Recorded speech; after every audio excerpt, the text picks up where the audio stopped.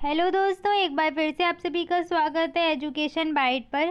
संस्कृत की आज की क्लास में हम संस्कृत के सारे इंपॉर्टेंट क्वेश्चन करेंगे। ठीक है, मतलब मैं आपको टॉपिक बता दूंगी इस क्लास में कि कौन कौन से टॉपिक ऐसे जिनसे क्वेश्चन आना ही आना और आप आराम से वहाँ से तैयारी करके पास हो सकते हैं। जैसे अगर अभी तक पढ़ाई नहीं कर पाई है किसी ने, डर लग रहा है कि कैसे पास करें, अभी तक संस्कृत सब्जेक्ट नहीं रहा है बहुत बच्चों के पास, तो और जिनके पास था भी उन्हें काफ़ी टाइम हो गया पढ़े हुए, तो इस सब्जेक्ट में हम कितने नंबर लेके आए कि हम पास हो जाए, क्योंकि संस्कृत और मैथ्स में काफ़ी बच्चों की बैक लग जाती है। ठीक है, तो सबसे पहले तो ये जान लो कि जो संस्कृत का पेपर है कितने नंबर का होना है। 25 नंबर का होगा, 1 घंटे का टाइम मिलेगा। ठीक है, आप लोग बहुत परेशान हो रहे हैं कि लॉन्ग क्वेश्चन में कितने मतलब लाइन लिखे, कितना करे क्वेश्चन, तो अप्रोक्स आप आधा पेज तो लिखिए ही। जो भी लॉन्ग क्वेश्चन आपका आता है किसी भी सब्जेक्ट का लॉन्ग हो, चाहे वो 50 नंबर वाला पेपर हो चाहे 25 नंबर वाला पेपर हो, कम से कम आधा पेज तो लॉन्ग में लिखना है।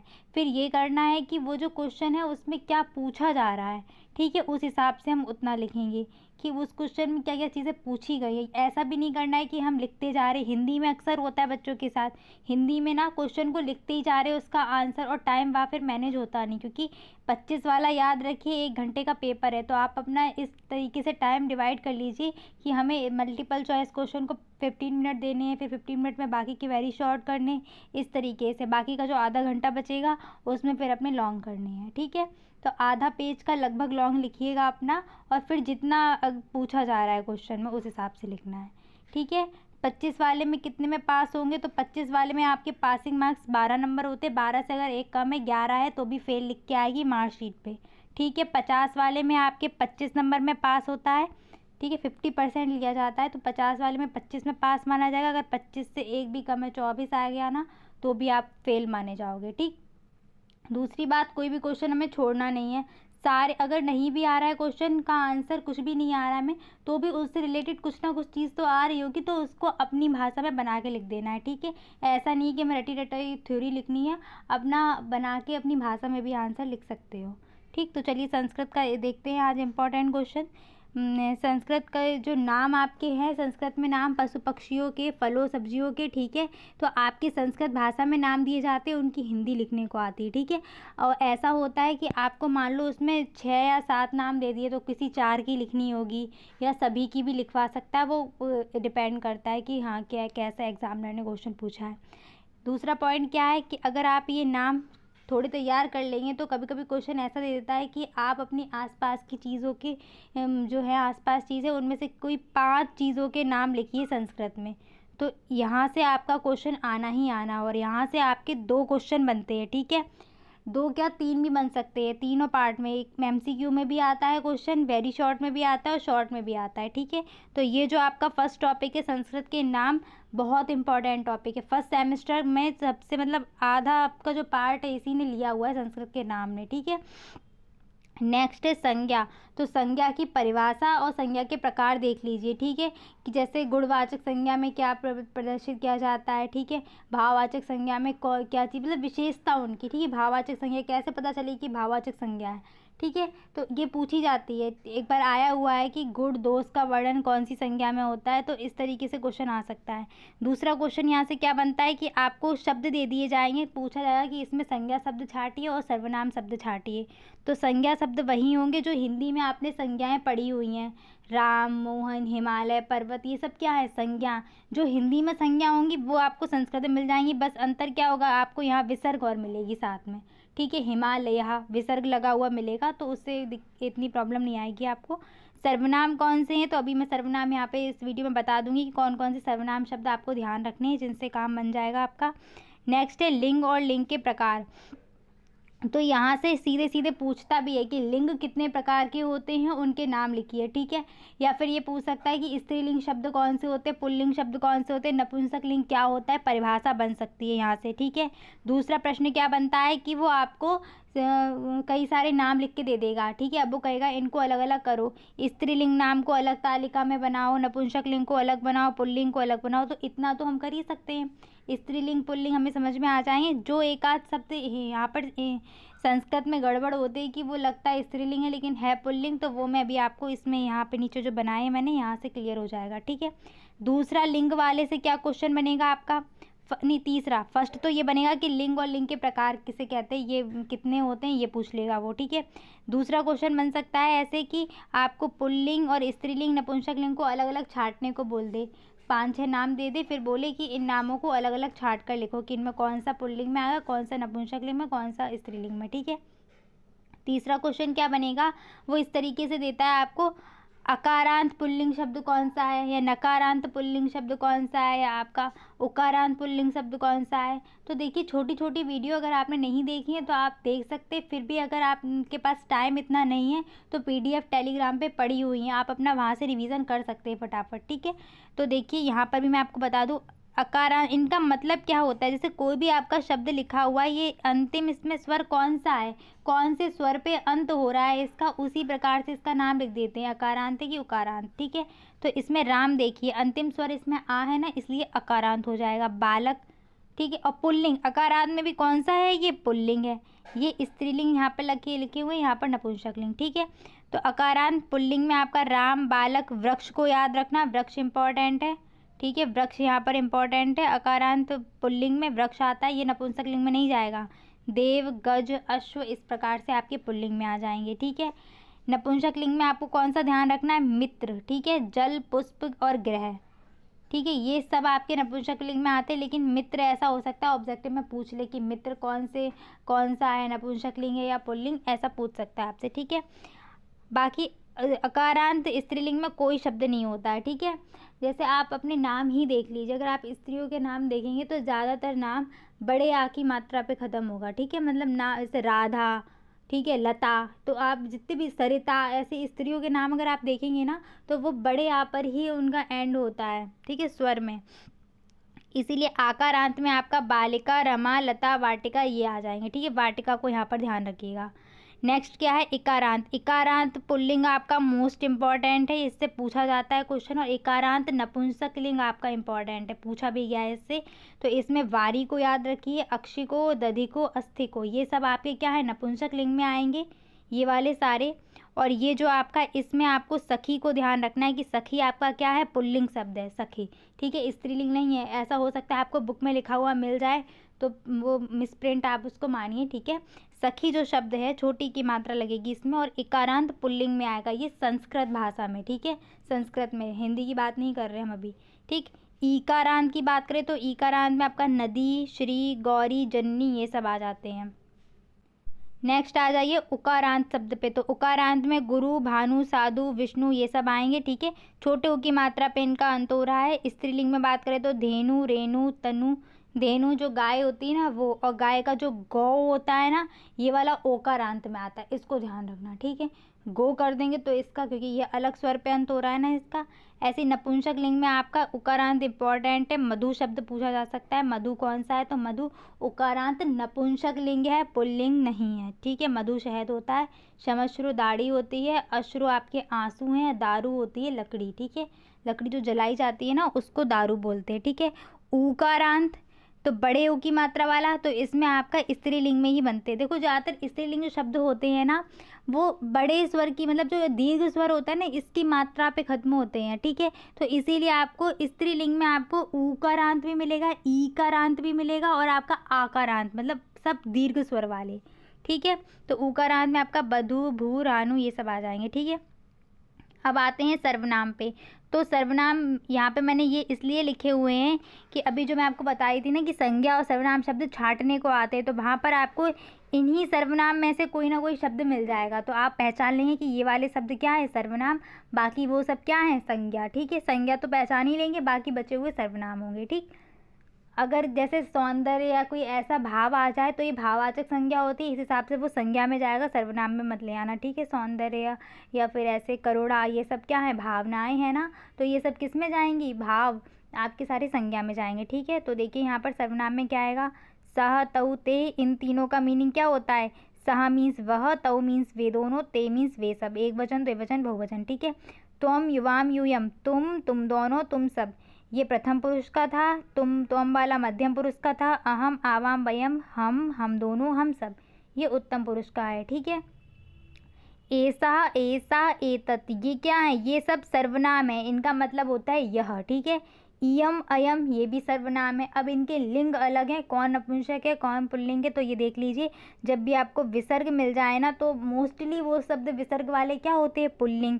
ठीक है, आ की मात्रा वाले क्या मिल जाएंगे आपको, स्त्रीलिंग। अधिकांशतः शब्दों की बात करें, सब पे ये ट्रिक नहीं लगेगी, मोस्टली शब्दों पे लग जाती है। ठीक है, एतत् यानी कि जिसमें हलंतम वर्ड आ जाएगा वो क्या हो जाएगा आपका नपुंसक लिंग। ठीक है, ऐसे ही इयम अयम सर्व तद युष्मद अस्मद। अब देखिए ये सब क्या हैं आपके, ये सब सर्वनाम शब्द हैं। अब अगर हम तद और युष्मद अस्मद, तो यहाँ पर देखिए अस्मद का जो रूप चलता है वो अहम की तरह चलता है। ठीक है, सारे रूप मैंने अस्मद के लिखवाए थे।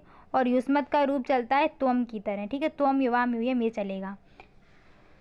तो ये आपको जो सर्वनाम मिलेंगे ना वो इन्हीं में से कोई ना कोई मिल ही जाएगा। ठीक है, नेक्स्ट आपका टॉपिक क्या है, वचन और वचन के प्रकार, यानी कि संस्कृत में कितने वचन होते हैं। ठीक है, और वचन होता क्या है, ये दोनों चीज़ें पूछी जा सकती है। कितने वचन है, तो 3 वचन होते हैं संस्कृत में, एक वचन, द्विवचन, बहुवचन। और इंग्लिश और हिंदी की बात करें तो आपके वहाँ पे सिंगुलर प्लूरल इंग्लिश में हो जाता है, और हिंदी में क्या होता है, एक वचन और बहुवचन ही होता है। लेकिन संस्कृत में कितने वचन होते हैं, 3 वचन होते हैं। वचन होते क्या है, संज्ञा का वह रूप जिससे संख्या का पता चलता है। जैसे एक है वस्तु की, 2 है या 4 है, संख्या का बोध कराएगी तो वो वचन कहलाएगा। ठीक है, लकार, लकार कितने प्रकार के होते हैं ये प्रश्न बनेगा। तो लकार कितने होते हैं, 10 होते हैं, जबकि हमें पढ़ने केवल 5 होते हैं। उन 5 लकार में कौन सा लकार कौन से काल में यूज़ होता है, कि वर्तमान काल के लिए कौन सा लकार है।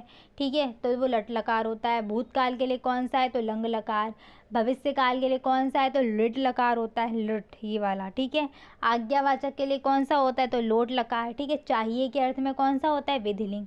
तो लकार से ये प्रश्न बनता है आपका। ठीक है, फिर आपको क्या करना है, जितने भी आपके 5 लकार मैंने लिखाए थे, लट लिट लंग लोट विधिलिंग, सबके आपको रूप याद करने हैं। ठीक है, अब आप कहेंगे इतने सारे रूप कैसे याद करें, तो देखिए पठ धातु के रूप याद कर लेंगे आप तो सबके रूप बन जाएंगे। गम धातु का बन जाएगा, लिख का बन जाएगा, सभी के मोस्टली बन जाएंगे।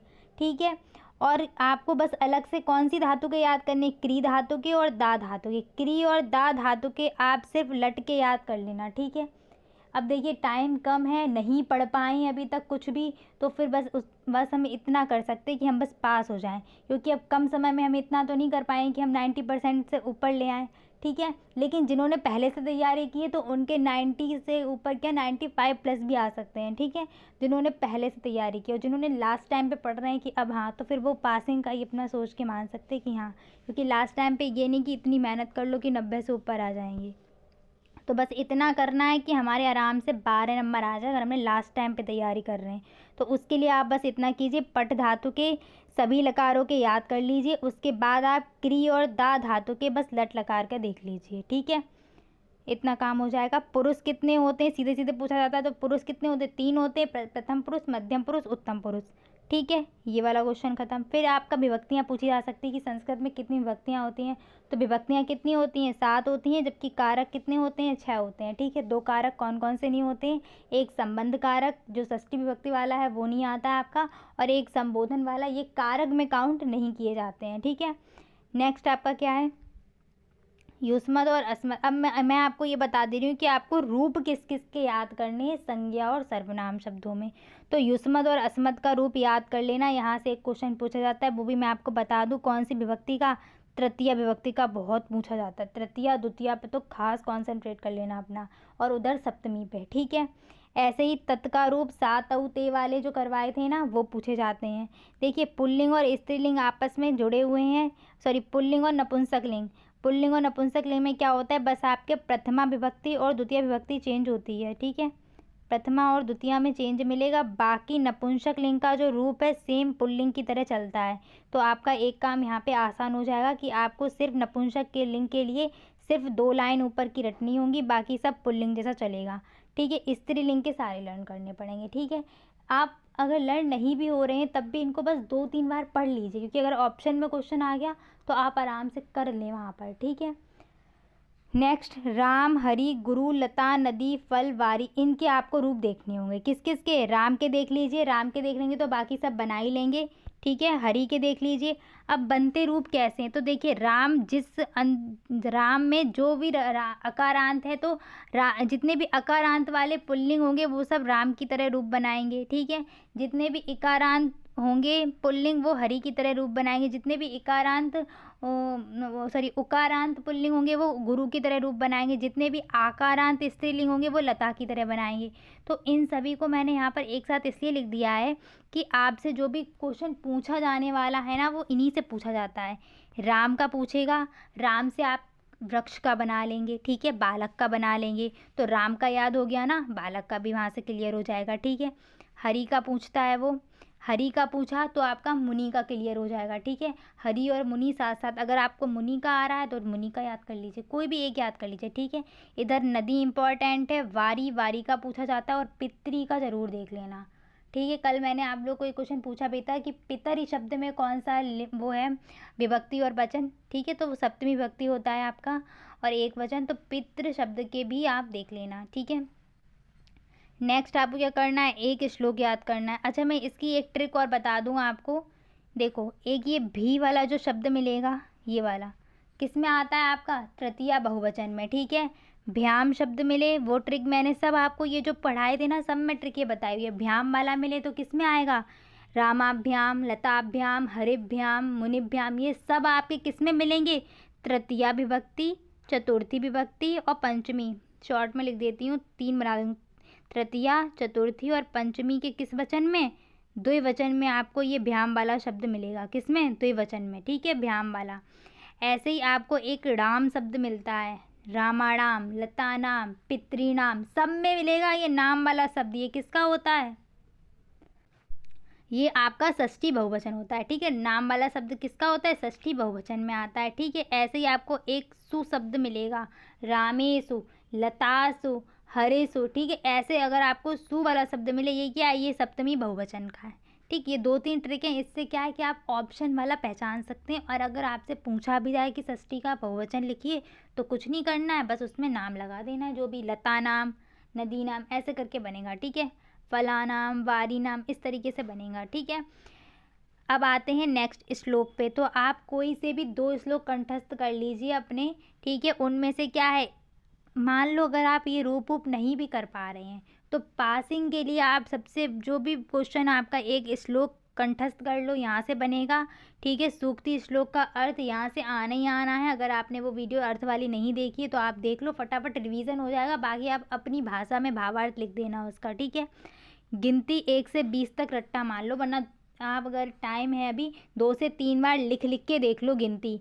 एक क्वेश्चन इससे एक नहीं 2 क्वेश्चन पक्का बनेंगे, एक ऑब्जेक्टिव में आएगा और एक आपका आएगा उसमें शॉर्ट क्वेश्चन में, ठीक है। गारंटी से क्वेश्चन इससे आना ही आना है, तो इसको अच्छे से तैयार कर लो। अनुवाद आपके बहुत इजी पूछे जाएंगे, सिर्फ लट और लंग लकार से ही रिलेटेड हैं फर्स्ट सेमेस्टर में। तो बस लट और लंग के आप पठ धातु के रूप याद कर लेना और इससे रिलेटेड लकार बना लेना, ठीक है। बस अनुवाद बनाने में करना क्या है, अनुवाद बनाने में इस चीज़ का ध्यान रखना कि कर्ता अगर प्रथम पुरुष का है तो उसके साथ क्रिया क्या आएगी, प्रथम पुरुष की, साथ में एक वचन। जैसे मान लो इंग्लिश में भी हम अगर अनुवाद बनाते हैं, तो जैसे पहले हिंदी को देखिए, वह खेलता है, तो वह एक वचन है ना, उसके साथ हमने खेलता है ही तो लगाया, यानी कि एक ही वचन की क्रिया लगाई। हम क्या ये बोल सकते हैं कि वह खेलते हैं, नहीं बोलेंगे ना, वह खेलता है और वे खेलते हैं।